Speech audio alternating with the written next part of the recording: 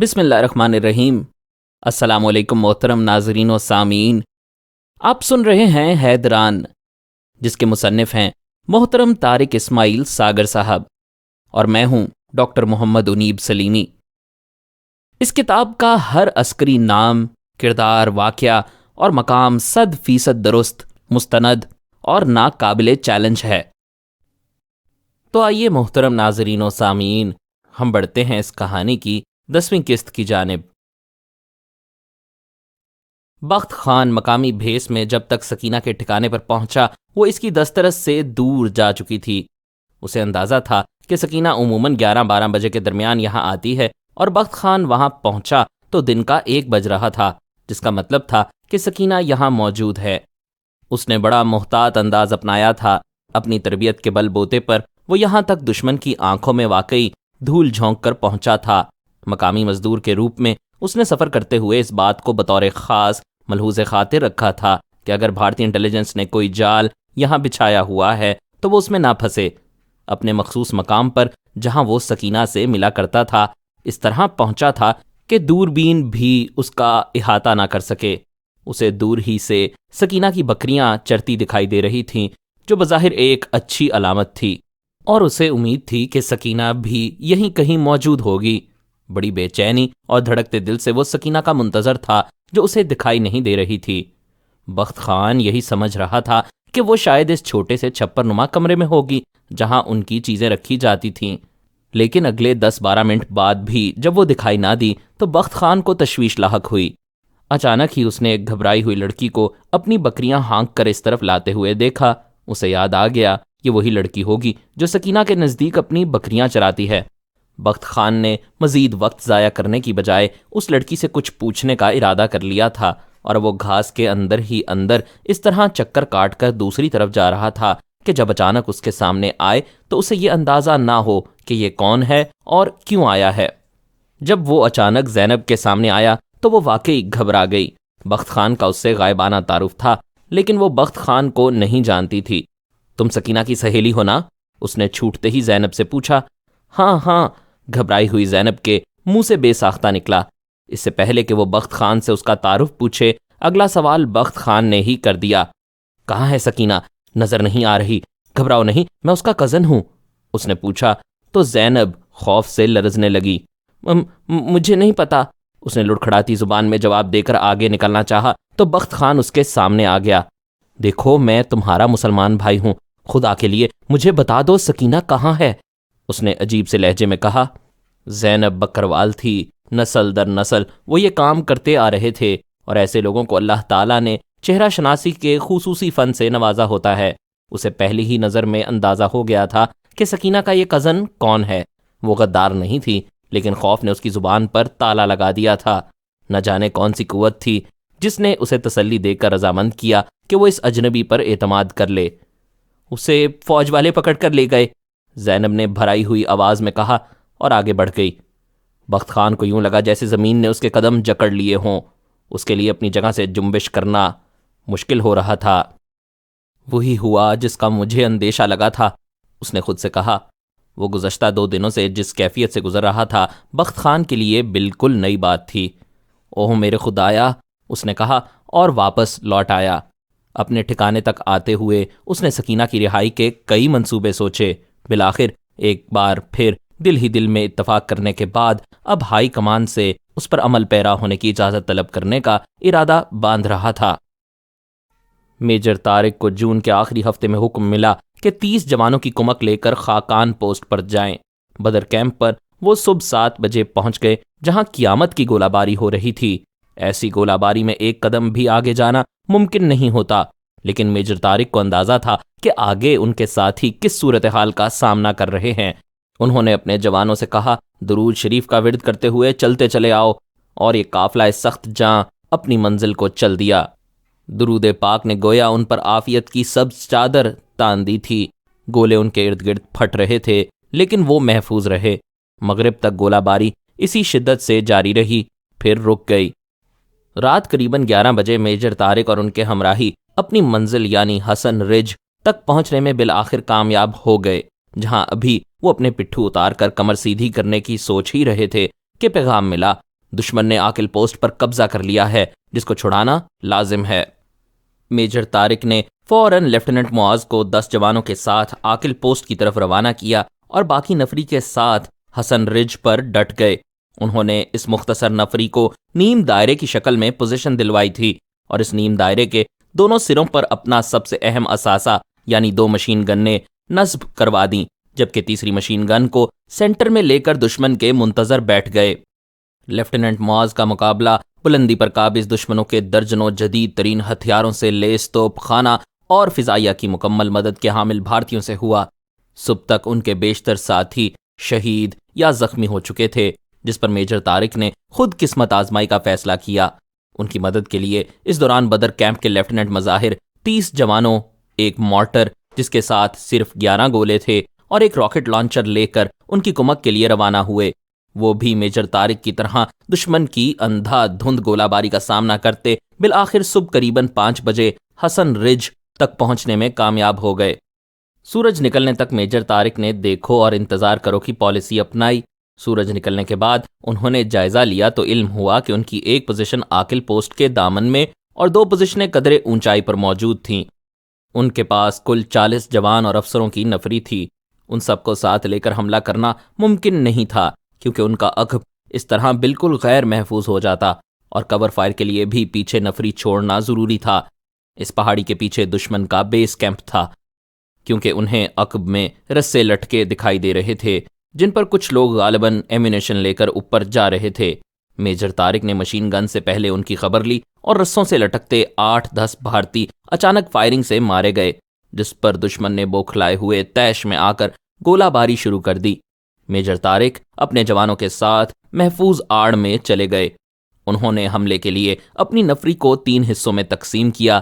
ایک پارٹی کو لیفٹیننٹ معاذ کی قیادت میں حکم دیا کہ وہ چکر کاٹ کر نالے میں اتریں اور پھر اشارہ ملنے پر دائیں طرف سے دشمن پر حملہ کریں، اور دوسری پارٹی کو بائیں طرف سے چکر کاٹ کر دشمن کے عقب میں پہنچنے کی ہدایت کی، اور خود انتہائی دلیرانہ فیصلہ کرتے ہوئے دشمن پر اس کے بالکل سامنے سے حملہ کرنے کا فیصلہ کیا، تاکہ اسے اپنے ساتھ الجھا کر عقب اور بائیں طرف سے آنے والوں سے بے خبر رکھتے ہوئے اپنے ساتھیوں کو محفوظ مقام تک پہنچا دیں۔ اس مرحلے پر انہوں نے ایک مرتبہ پھر انتہائی دلیرانہ فیصلہ کیا اور سپاہی ہادی کو ساتھ لیے پہاڑی کی چوٹی پر دشمن کے عین سامنے اور سر پر پہنچ گئے۔ چوٹی پر پہنچ کر ان پر انکشاف ہوا کہ وہ دشمن سے بمشکل 50 گز کے فاصلے پر ہیں اور دامن میں دشمن ان کا منتظر بیٹھا ہے۔ اس مرحلے پر میجر طارق نے اپنی زندگی کا انتہائی دلیرانہ فیصلہ کیا اور انہیں للکار کر ہتھیار پھینکنے کا حکم دیا۔ اس سرپرائز نے دشمن کو بوکھلا کر رکھ دیا۔ ان کے نیچے دامن میں بیٹھے بھارتی ابھی ہتھیار پھینکنے کا سوچ ہی رہے تھے جب دوسری پوزیشن سے دشمن نے دیکھ لیا کہ میجر طارق کے ساتھ تو صرف ایک سپاہی ہے۔ انہوں نے دونوں اطراف سے ان پر گولیوں کا می برسا دیا۔ میجر طارق اور سپاہی ہادی پوزیشن لے کر مقابلہ کرنے لگے۔ اس دوران دامن والے بھارتیوں کو موقع ملا اور انہوں نے نیچے دوڑ لگا دی۔ میجر طارق نے انتہائی دلیرانہ فیصلہ کرتے ہوئے سپاہی ہادی کو پیغام دے کر بھیجا، فائر بیس والی پارٹی سے کہو کہ وہ فوراً بائیں طرف سے آگے جائیں اور دشمن کو پیچھے بھاگ کر جانے کا موقع نہ دیں۔ سپاہی ہادی نے پیچھے جانے کی کوشش کی تو انہیں علم ہوا کہ واپسی کا راستہ تو بند ہے، کیونکہ وہ راستہ دشمن کی مین پارٹی کی زد میں تھا، جس پر میجر طارق نے انہیں روک لیا۔ اس دوران نائک عمر دین اپنی جان پر کھیل کر میجر صاحب کی مدد کے لیے ان تک پہنچنے میں کامیاب ہو گئے۔ 15 منٹ تک وہ دشمن پر فائرنگ کا جواب دیتے رہے، جس کے بعد اچانک انکشاف ہوا کہ نائک عمر دین کی گولیاں ختم ہو گئی ہیں۔ اس کے ساتھ ہی میجر طارق کو احساس ہوا کہ ان کا ایمونیشن بھی ختم ہو رہا ہے۔ انہوں نے نائک عمر دین کو حکم دیا کہ وہ پیچھے جائے اور نئے میگزین لے کر آئے۔ نائک عمر دین ابھی بمشکل وہاں سے نکلا تھا کہ سپاہی ہادی کی رائفل کا برج پھنس گیا۔ میجر طارق نے اسے ہدایت کی کہ رائفل ٹھیک کرنے میں وقت ضائع کرنے کے بجائے نیچے جائے اور نئی رائفل لے آئے۔ خود اکیلے دشمن کے سامنے ڈٹ گئے۔ دشمن کو دھوکہ دینے کے لیے وہ فائر کرتے ہوئے اس طرح زور زور سے چیخ کر ہدایات دے رہے تھے جیسے وہاں ان کے دیگر ساتھی موجود ہیں۔ اس طرح دشمن اس غلط فہمی کا شکار رہے، اس ضمن میں کہ ان کی مدد اللہ کی طرف سے اس طرح ہو رہی تھی کہ دشمن کی زیادہ گولیاں پتھروں سے ٹکرا کر اپنا رخ بدلتی تھیں۔ اس سے جو آواز پیدا ہوتی تھی اسے فوجی زبان میں ریکوشے کہتے ہیں، جس سے یہ اندازہ نہیں ہو پا رہا تھا کہ فائر کرنے والوں کی تعداد کتنی ہے۔ میجر طارق کو چیخ چیخ کر حکم دیتے دیکھ کر دشمن نے اندازہ کر لیا کہ یہی اس فوج کا کمانڈر ہے۔ جس پر دشمن نے فوراً ایک سنائپر ان پر مختص کر دیا۔ اس دوران ہی سپاہی ہادی اپنی جان پر کھیل کر رائفل اور میگزین لے کر ان کے پاس پہنچ گیا، اور اب وہ میجر صاحب کے عقب کو محفوظ رکھ کر دشمن سے نبرد آزما تھا۔ اچانک ہی ایک گولی میجر طارق کے ہیلمٹ میں لگی اور انہیں اپنی آنکھوں کے سامنے اندھیرا پھیلنے کا احساس ہوا۔ غالباً ان پر غشی طاری ہو رہی تھی۔ وہ گر پڑے اور بے ہوش ہو گئے۔ اس دوران سپاہی ہادی انہیں مسلسل آوازیں دے کر ان کی خیریت دریافت کرتا رہا۔ جب جواب نہ ملا تو وہ تڑپ کر ان تک پہنچ گیا۔ میجر طارق نیم بے ہوشی کے عالم میں تھے۔ سپاہی ہادی نے ان کا سر زانوں پر رکھا، ان کا ہیلمٹ اتار کر دیکھا تو سر پر لگی گولی کا خون جو ہیلمٹ نے روکا ہوا تھا ان کے چہرے پر پھیل گیا۔ سپاہی ہادی نے انہیں ممکنہ طبی امداد دی، پانی پلایا، قدرے ہوش میں لایا۔ اس دوران ان کا مقصد حاصل ہو گیا تھا۔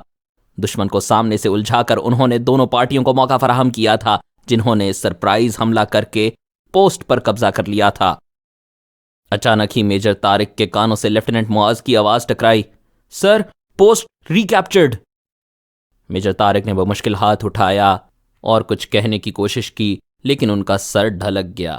سپاہی ہادی نے انہیں سہارا دیا اور نائک عمر الدین کو آواز دے کر اپنے پاس بلایا۔ دونوں نیم بے ہوش میجر طارق کو کسی نہ کسی طرح نیچے لے آئے۔ میجر طارق کے سر میں گہرے زخم سے ان کی حالت انتہائی خراب تھی۔ ایک بازو اور ٹانگ شل ہو چکے تھے، لیکن انہوں نے ابھی تک یہ نہیں بھلایا تھا کہ وہ پوسٹ کمانڈر ہیں۔ فائر بیس والے تمام لوگ آخر پوسٹ پر پہنچ جائیں، دونوں مشین گنز بھی لے جاؤ۔ لیفٹیننٹ معاذ سے کہو اپنی پوزیشن مضبوط کرے، دشمن جوابی حملہ کرے گا۔ انہوں نے اپنے اوسان بحال رکھتے ہوئے حکم دیا، جس پر عمل شروع ہو گیا۔ میجر طارق نے اس وقت تک واپس جانے سے انکار کر دیا جب تک سارا عمل مکمل نہیں ہو جاتا۔ انہیں ایک پتھر پر سہارا دے کر بٹھا دیا گیا، جہاں سے وہ عاقل پوسٹ پر ہونے والی کارروائی دیکھتے رہے اور مطمئن ہونے کے بعد ہی واپس جانے پر رضامند ہوئے۔ قریباً 5 گھنٹے اپنے ساتھیوں کی مدد سے وہ پیدل چلنے کے بعد بیس کیمپ پہنچے۔ اس دوران وہ کئی مرتبہ بے ہوش ہوئے۔ ان کے ساتھیوں کو بھی شاید یہ گنتی یاد نہ رہی ہو۔ ان کی خوش قسمتی تھی کہ سنائپر کی گولی ہیلمٹ کے ایک سرے کو چیرتی، سر کے بالائی حصے کو زخم لگاتی دوسری طرف نکل گئی تھی، جس سے انہیں غازی بننے کی سعادت ہی نصیب ہوئی۔ عاقل پوسٹ کو دشمن کے خونی پنجوں سے دوبارہ چھیننا ان کا لازوال کارنامہ ہے۔ 2 اور 3 جولائی کو خالد نذیر کے بائیں اور آگے والی کمپنی پر دشمن نے جدید ترین لیزر گائیڈڈ میزائل سے حملوں کا آغاز کیا۔ میراج 2000 طیاروں نے پہاڑوں کا کلیجہ پھاڑ دینے والے میزائل برسائے۔ اس کے ساتھ ہی دشمن کا ہیوی توپ خانہ حرکت میں آ گیا۔ رات دن اتنے تسلسل سے یہ بمباری اور گولہ باری ہو رہی تھی جس کا تصور بھی عام حالات میں نہیں کیا جا سکتا۔ دشمن کا بنیادی ٹارگٹ دراصل کاشف پوسٹ تھی، جہاں موجود واحد 12.7 ملی میٹر ایک مشین گن، مارٹر پوزیشن اور کیپٹن امیر نواز کی پوزیشنز اس کا نشانہ بن گئیں۔ خالد نذیر کو اطلاع ملی کہ ایک ہی کمپنی ہیوی ہتھیار تھی، وہ بھی تباہ ہو گئی ہے۔ اب وہ دشمن پر اسی وقت ضرب لگا سکتے تھے جب وہ ان کے چھوٹے اور روایتی ہتھیاروں کی رینج میں آتا۔ اس سے پہلے انہیں صرف پتھروں کی اوٹ میں اپنا سر چھپا کر اور کانوں میں انگلیاں دے کر خود کو زندہ رکھنا تھا۔ 2 جولائی کی رات سی او خالد نذیر تباہ کن گولہ باری میں کسی نہ کسی طرح کاشف پوسٹ پر پہنچ گئے، جسے میجر سعید ناگرا کمانڈ کر رہے تھے۔ سعید ناگرا کا شمار بڑے قابل افسران میں ہوتا تھا اور وہ تدبیرات کی گہرائی کا مکمل ادراک رکھتے تھے اور ممکنہ تدبیراتی اقدامات انہوں نے کیے ہوئے تھے۔ لیکن دونوں افسران اچھی طرح جانتے تھے کہ کاشف پوزیشن شدید خطرات میں گھری ہے۔ ان کی کل نفری 22 تھی، کوئی کمپنی ہیوی ہتھیار نہیں تھا، دیگر دفاعی پوزیشنز کافی فاصلے پر تھیں، اور یہ گیپ نہایت حساس اور خطرناک تھا۔ 3 اطراف سے دشمن پوزیشن کا مکمل گھیراؤ کر چکا تھا۔ اس کی پیدل فوج، آرٹلری کی توپیں، ملٹی بیرل راکٹ لانچرز کی ڈپلائمنٹ ننگی آنکھ سے بخوبی دکھائی دے رہی تھی۔ صورتحال کا حقائق کی بنیاد پر تجزیہ کرنے کے بعد خالد نذیر اور سعید ناگرا دونوں یہ جانتے تھے کہ مقابلہ 2 فوجوں کے درمیان نہیں بلکہ 22 سرفروشوں اور غنیم کے آتش و آہن میں ڈوبے سیلے بے قرار سے ہے۔ اس مرحلے پر خالد نذیر نے اپنی زندگی کا خطرناک ترین فیصلہ کیا۔ یہ فیصلہ تھا دشمن سے ٹکرا جانے کا، اس کا تکبر پاش پاش کر دینے کا، پاکستانی آرمی کی روایت کو اپنے خون سے نئی جلا بخشنے کا۔ چند لمحوں کے لیے انہیں اپنی دونوں چھوٹی چھوٹی بچیاں یاد آئیں جو ابھی تک ان کے کندھوں پر بیٹھ کر سیر کیا کرتی تھیں۔ کئی خدشات، سوالات جنم لے رہے تھے، لیکن انہیں اسکول لائف میں پڑھے جانے والے الفریڈ ٹینیسن کی نظم کا وہ بند یاد آ رہا تھا: There's not to make reply, there's not to reason why, there's but to do and die. Into the valley of death rode the 600. مضبوط ارادے اور عزم و ہمت کا کوہ گراں اپنے فیصلے پر ڈٹ گیا۔ تمام دفاعی پوزیشنز کو آگاہی نامہ دے دیا گیا۔ انہیں بتا دیا گیا کہ طبلِ جنگ کبھی کا بج چکا، غنیم عمڈہ چلا آتا ہے۔ قافلہ سخت جاں پر یہ مرحلہ بڑا نازک ہے، لیکن یہی وہ مرحلہ ہے جہاں انہیں اپنے خون سے ایک نئی تاریخ رقم کرنی ہے، پاکستان آرمی کی تاریخ میں ایک شاندار اضافہ۔ خالد نذیر نے انہیں بتایا کہ وہ تمام صورتحال سے آگاہ ہیں۔ نازک مرحلہ ہے، قیامت کی گھڑیاں ہیں، بڑا چیلنج ہے، لیکن انہیں اسی روز کے لیے تیار کیا گیا ہے۔ ثابت قدم رہے تو کامرانی اور فتح ان کے قدموں سے لپٹ جائے گی۔ 22 جاں بازوں پر مشتمل اس سپاہ کے کمانڈر نے کہ ایک لشکر جراح جس کو نگلنے کے لیے عمڈہ چلا آتا تھا، اپنے ساتھیوں کے ساتھ دعا کے لیے ہاتھ اٹھائے اور دشمن کے منتظر ہو گئے۔ اس اثناء میں دوسری طرف سے دشمن کی حرکت، توپ خانے کی ڈپلائمنٹ کی خبریں مسلسل مل رہی تھیں۔ کسی بھی ناگہانی حملے کا مقابلہ کرنے کے لیے مراد اور سکندر پوزیشنز الرٹ تھیں۔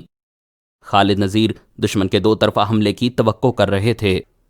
وہ جانتے تھے کہ سعید ناگرہ پوزیشن زیادہ حساس اور خطرے میں ہے۔